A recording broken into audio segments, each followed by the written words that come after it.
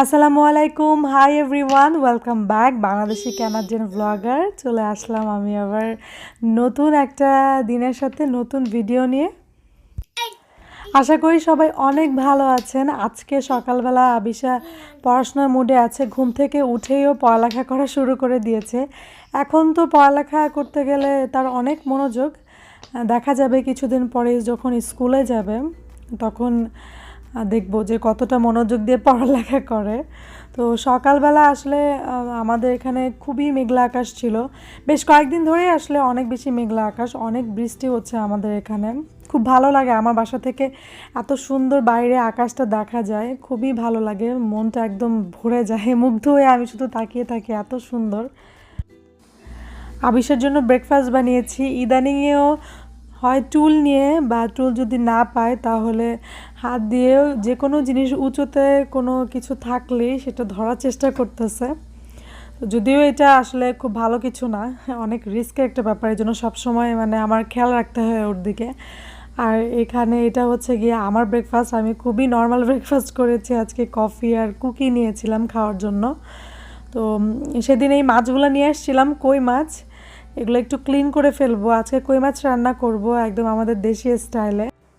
মাছ কাটাই ছিল, প্যাকেটের এই মাছগুলো কাটা থাকে, তো এই মাছটা আবার একটু বেশি বড় ছিল, সেজন্য আমি মাঝখান থেকে কেটে ফেলেছি, কারণ অন্যগুলা সাইজে একটু ছোট বড় এরকম। তো মাছগুলোকে নর্মালি যেভাবে আমরা মশলা দিয়ে হালকা মাখিয়ে নিই, ওইভাবেই মাখিয়ে নিয়ে আমি ফ্রাই করে ফেলেছি। কই মাছের সাথে আজকে পেঁপে রান্না করব, একসাথে না, আলাদা আলাদাভাবে রান্না করব। তো মাছগুলো ফ্রাই করা হয়ে গেছে ভালোভাবে, আমি একটু বেশি করে ফ্রাই করেছি, এখানে মাছগুলো একটু বেশি করে ফ্রাই করলে মনে হয় ভালো লাগে। আবিশা হচ্ছে একটা চকলেট খেয়েছিল, ওইটার প্যাকেটটা নিজেই ফেলে দিয়েছে। তো মাশাআল্লাহ এখন শিখে গেছে টুকটাক কাজ করা, আমার আর টেনশন নাই। আমি এখানে পেঁপেগুলোকে একটু বড় বড় সাইজে করে কেটেছি, একটু অন্যভাবে রান্না করব, আমি জানি না এভাবে কেউ খেয়েছেন কি না। তো পেঁপেটাকে প্রথমে আমি হালকা তেলের মধ্যে ভেজে নিব। তো তেলের মধ্যে পেঁপেগুলোকে দিয়ে দিয়েছি, আর সেই সাথে দিয়েছি সামান্য হলুদের গুঁড়া আর মরিচের গুঁড়া দিয়েছি। দিয়ে এটাকে ভালোভাবে নাড়াচাড়া করে পেঁপেটাকে ভাজা ভাজা করে ফেলবো। এই যে অনেকটা ভাজা ভাজা হয়ে গেছে। তো আমি এখানে একটা প্যানে হচ্ছে সরিষার তেল দিয়েছি, আমি যে রান্নাটা করতেছি এটা আসলে সরিষার তেল দিয়ে রান্না করলে অনেক বেশি মজা লাগে। তো ওই প্যানের মধ্যেই নিলাম, 2টা শুকনা মরিচ দিয়ে দিয়েছি, সামান্য আস্ত জিরা দিয়ে দিয়েছি, আর কালি জিরা দিয়ে দিয়েছি। কিছুক্ষণ নাড়াচাড়া করে নিব, একটু ভাজা হয়ে আসলে এটার মধ্যে একটা তেজপাতা দিয়ে দিব। একটু অন্য স্টাইলে রান্না করব, আসলে এক একজন তো এক একভাবে অনেক সময় রান্না করে। তো এখানে পেঁয়াজ বাটা দিয়ে দিয়েছিলাম, তারপরে সামান্য পরিমাণে হলুদের গুঁড়া, ধনে গুঁড়াও দিয়েছি সামান্য পরিমাণ, 1 চা চামচের মতো দিয়েছি রসুন বাটা, তারপরে খুবই সামান্য পরিমাণে আদা বাটা দিয়েছি। এখন মশলাটাকে খুব ভালোভাবে কষিয়ে নিয়েছিলাম, কষানো হয়ে গেলে এটার মধ্যে আমি মাঝখান থেকে একটু কেটে কয়েকটা কাঁচামরিচ দিয়ে দিয়েছি। এখন এই মশলাটাকে আবার ভালোভাবে কষিয়ে নিলাম, স্বাদ মতো লবণ। লবণ দেখে আবার আমার একটা কথা মনে পড়লো, তাই একটু হাসি পাচ্ছে। আমি এখানে বেশ কয়েকটা টমেটো কেটে দিয়ে দিয়েছি। তো যখন প্রথম প্রথম রান্না করা শুরু করেছিলাম তখন মাঝে মাঝে আমার আবার একটু তরকারিতে লবণ বেশি হয়ে যেত। প্রথম প্রথম অনেকেরই এমনটা হয়, মনে হয় রান্নার সময় কম বেশি ভুল হয়ে যায়। প্রথমে চেক করার পর যদি মনে হতো যে আর একটু লবণ দরকার, তখন দিতে গেলে 2-1 সময় এরকম বেশি পড়ে গিয়েছিল। তো এখন রান্না করতে করতে আবার ঠিক হয়ে গেছে, কোনো প্রবলেম হয় না এখন আর। টমেটো দিয়েছিলাম, টমেটোগুলোকে ভালোভাবে মশলার সাথে কষিয়ে নিয়ে পেঁপেগুলোও দিয়ে দিয়েছি, পেঁপে দিয়ে একটু ভালোভাবে নাড়াচাড়া করে মশলার সাথে মিশিয়ে নিলাম। তো এই রান্নাটার মধ্যে পোস্ত বাটা দিব, এখানে পোস্তটাকে ব্লেন্ড করে নিয়েছি, খুবই সামান্য পরিমাণ দরকার। পোস্তটা দেওয়ার কারণে এই রান্নাটা আরও বেশি মজা লাগে। তো এখানে মশলাটার সাথে খুব ভালোভাবে কষানো হয়ে গেছে, আমি 1 চা চামচ পোস্ত বাটা দিয়ে দিয়েছি। খুবই মজার আর খুবই পছন্দের একটা তরকারি এটা আমার। তো পেঁপেটাকেও যে আসলে এত মজা করে রান্না করা যায়, এটা একবার করে খেয়ে দেখলে বোঝা যায় যে কত মজা হয় এই রান্নাটা। খুব সামান্য পরিমাণ পানি দিয়ে দিয়েছি, ঢাকনা দিয়ে ঢেকে এটাকে ভালোভাবে কষিয়ে নিব। তো পানি শুকিয়ে যাওয়ার পরে আবার এটার মধ্যে একটু বেশি পরিমাণে পানি যতটুকু দরকার হয়, কারণ বেশ কয়েকবার পানি দিয়ে আসলে যতক্ষণ না পর্যন্ত পেঁপেটা নরম হবে ঢাকনা দিয়ে ঢেকে এটাকে রান্না করতে হবে। এখন পানিটাকে একদম শুকিয়ে ফেলছি, শুকিয়ে যাওয়ার পরে পেঁপেও নরম হয়ে গেছে।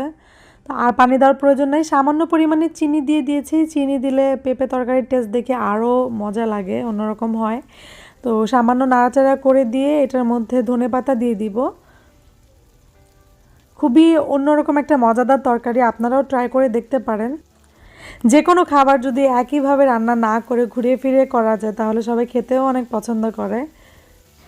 পেঁপে এইভাবে মশলার সাথে মাখানো ভাজা ভাজা করে রান্না করে খেতে ভীষণ মজা লাগে।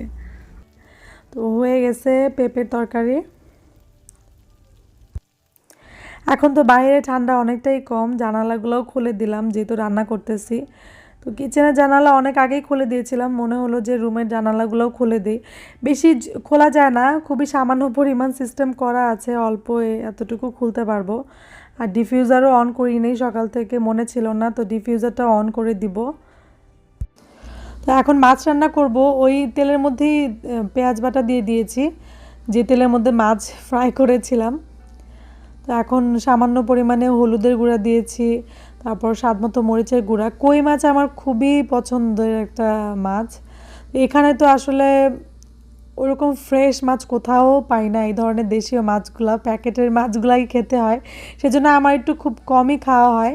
তো এটার মধ্যে ধনে গুঁড়া দিয়েছি, সামান্য পরিমাণে জিরা গুঁড়া, খুবই সামান্য পরিমাণে দিয়েছি রসুন কুচি, 1 চা চামচ রসুন বাটা, আর হাফ চা চামচেরও কম দিয়েছি আদা বাটা। তো শুধু রসুন কুচি দিয়েও আসলে ছোট এই মাছগুলো রান্না করলে খুব মজা লাগে। মশলাটাকে খুব ভালোভাবে কষিয়ে নিলাম, সামান্য পরিমাণে পানি দিয়ে কষিয়েছি। ঢাকনা তুলে নিয়ে এখন কিছু টমেটো দিয়ে দিয়েছি। তো কিছু টমেটো দিয়ে এটাকে ঢাকনা দিয়ে ঢেকে এখন আবার ভালোভাবে কষিয়ে নিব। ইদানিংয়ে চিকেন অনেক বেশি খাওয়া হয়ে যেতেছিল, চিকেনের থেকে আমার ফিশ অনেক পছন্দ। চিকেন খেতে খেতে আর ভালোও লাগতেছিল না। আমাদের দেশীয় যে ছোট কই মাছগুলো ওগুলো তো খেতে অনেক মজা হয়, এখানে তো আর সেই তাজা কই মাছ পাবো না। তো এখন এটাকে ঢেকে দিয়েছিলাম, ঢেকে একটু ভালোভাবে মশলার সাথে মাছগুলোকে কষিয়ে সামান্য পরিমাণ পানি দিয়ে দিয়েছি, কারণ ভুনা করে রান্না করব এটা। অল্প কিছু কাঁচা টমেটো দিয়ে দিলাম, দিয়ে ঢেকে এটাকে কিছুক্ষণ রেখে দিব। রান্না হয়ে গেছে, ধনেপাতাও দিয়ে দিয়েছি।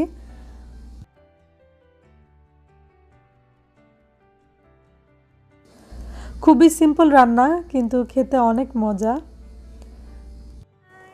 তো একটা কথা আপনাদেরকে বলতে চাই, সেটা হলো আপনারা অনেকেই আমাকে অনেক ধরনের প্রশ্ন করেন, তো সচরাচর সবগুলোর অ্যান্সার তো করা হয় না, সেজন্য একটা ভিডিও করব, সেটা হচ্ছে কোয়েশ্চেনের অ্যান্সারের উপরে। আপনারা যদি আমার ব্যাপারে আরও কেউ কিছু জানতে চান বা কোনো ধরনের প্রশ্ন আমাকে নিয়ে আপনাদের থাকে, আপনারা আমাকে কমেন্ট করতে পারেন।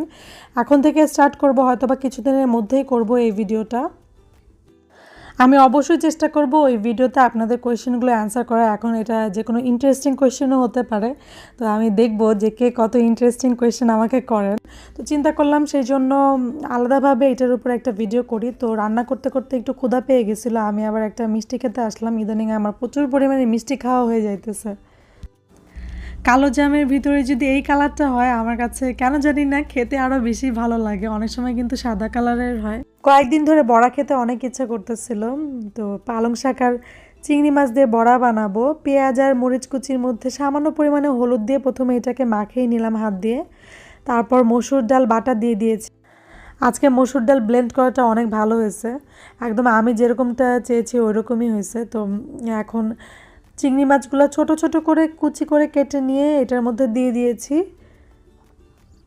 আর পালং শাক দিলাম, খুবই সামান্য পরিমাণে দিয়েছি। পালং শাক দিলেই আমার কাছে অনেক বেশি ভালো লাগে, অনেকে পুঁই শাকও দিতে পারেন।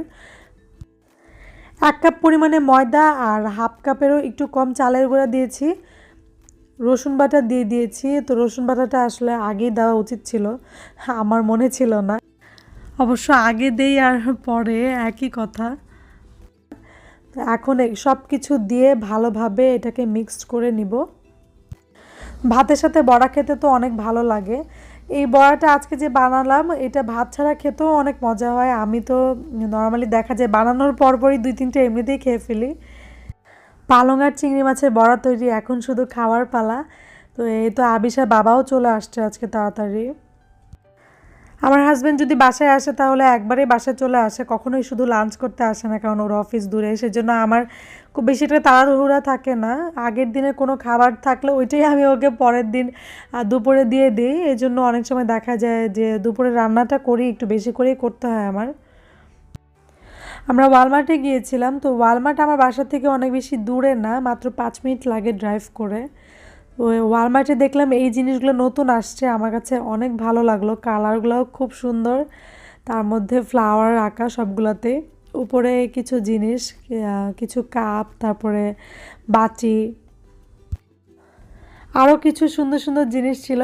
তো ওইখান থেকে আমরা সুপার স্টোরে গিয়েছিলাম। এগুলো হচ্ছে সব তাজা তেলাপিয়া মাছ একসাথে সারিবদ্ধভাবে আস্তে আস্তে সাঁতার কাটতেছে, কি যেন দেখতেছিল ওই দিকে তাকিয়ে তাকিয়ে। তাজা জীবন্ত এই মাছগুলো দেখতে খুব ভালো লাগতেছিল। তো আমরা বাসায় চলে আসছি, খাবার রেডি, ভাত, মাছ, ডাল রান্না করেছিলাম, আমাদের দেশীয় সিম্পল মজার রান্না। আশা করি আপনাদের আমার ভিডিওটি ভালো লেগেছে। ভালো লাগলে আমার চ্যানেলটি সাবস্ক্রাইব করতে পারেন, সেই সাথে লাইক এবং কমেন্ট করতেও ভুলবেন না। সবাই ভালো থাকবেন, দেখা হবে নেক্সট কোনো ভিডিওতে। টিল দেন, আল্লাহ হাফেজ।